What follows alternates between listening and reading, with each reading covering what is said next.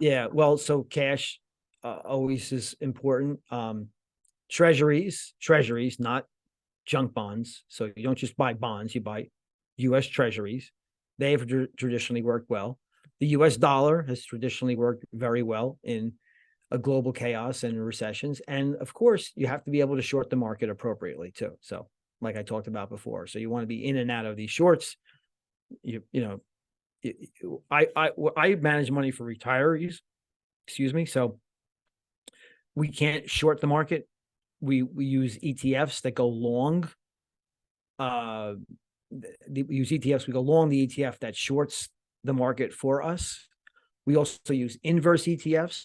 We go long inverse ETFs. But these things can't be bought and held for a long time, though. They have to be appropriately managed. So if you see a big uh, downward slope in the economy and the markets, you might cover some, and then on a bounce, you can short them or buy them again.